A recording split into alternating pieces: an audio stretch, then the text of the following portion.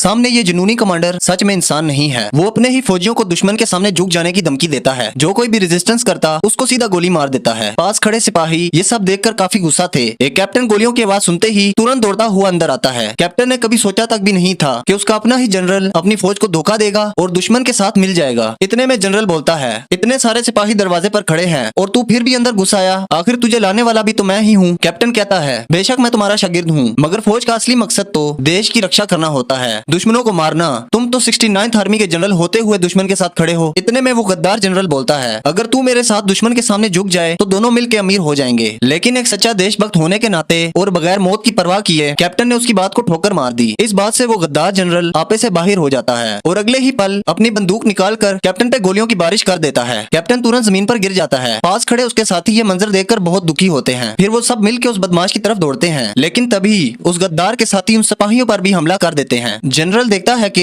ये लोग हार नहीं मानने वाले, तो वो फैसला करता है कि सब विरोधियों को खत्म कर दिया जाए। लेकिन उससे पहले एक बड़ा दस्ता वॉलंटियर सिपाहियों का अचानक तूफान की तरह अंदर घुस आता है। जनरल ये देखकर घबरा जाता है और साथियों के साथ पीछे से भाग निकलता है। लेकिन वो सिपाही अपने देशभक्त भाइयों के कातिल को ऐसे कैसे जाने देते। जल्द ही वो उस गद्दार के कैंप तक पहुंच जाते हैं और सबको खत्म कर देते हैं और उस बदमाश जनरल को जिंदा गिरफ्तार कर लेते हैं। तभी एक कमांडर अपनी बंदूक निकाल कर उस गद्दार से कहता है, अब तू अपने गुनाहों की सजा खुद दे। और आखिर में उस जनरल के पास अपनी जिंदगी खत्म करने के सिवा और कोई भी चारा नहीं बचा।